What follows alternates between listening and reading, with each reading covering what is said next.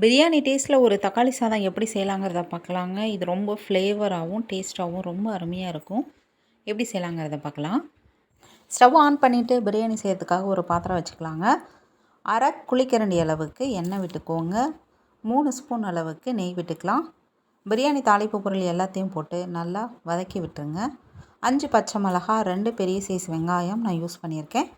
அரை கிலோ அரிசி நான் ஊற வச்சுருக்கேங்க ஆல்ரெடி. கொஞ்சமாக கல்லுப்பும் போட்டு நல்லா பிரட்டி விட்டுருங்க. வெங்காயம் இந்த மாதிரி நிறம் மாறி வர அளவுக்கு நல்லா வறுக்கணும். 2 ஸ்பூன் அளவுக்கு இஞ்சி பூண்டு விழுது போட்டுட்டு நல்லா வதக்கி விடுங்க. கூடவே கொஞ்சமாக புதினா மல்லித்தலை போட்டுட்டு நல்லா பிரட்டி விடுங்க.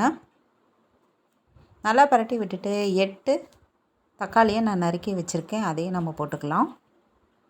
நான் ரெகுலராக டெய்லி சாதம் செய்வேங்க இல்லையா, அந்த ரைஸில் தான் நான் இந்த தக்காளி சாதம் பண்ணியிருக்கேன்.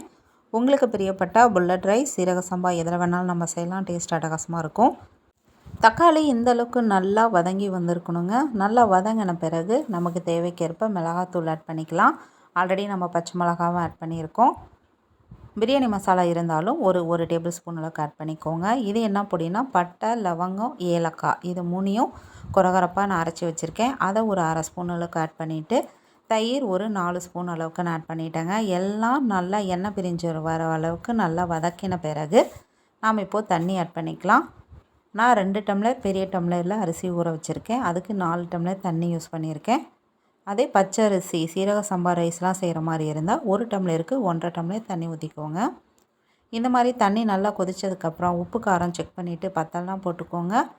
ஊற வச்சிருந்த அரிசியை தண்ணியை வடிச்சிட்டு நம்ம இப்போது ஆட் பண்ணிக்கலாம். இப்போது நல்லா கலந்து விட்டுருங்க. அரிசியும் சாதமும் இந்த மாதிரி சமமாக வந்ததுக்கப்புறம் மறுபடியும் கொஞ்சம் மல்லியும் புதினாவும் ஆட் பண்ணிவிட்டு ஃப்ளேம் ஃபுல்லாக கம்மியாக வச்சுட்டு ஒரு பிளேட் போட்டு மூடிடுங்க. 10 நிமிஷம் கழித்து ஸ்டவ்வை ஆஃப் பண்ணிடுங்க.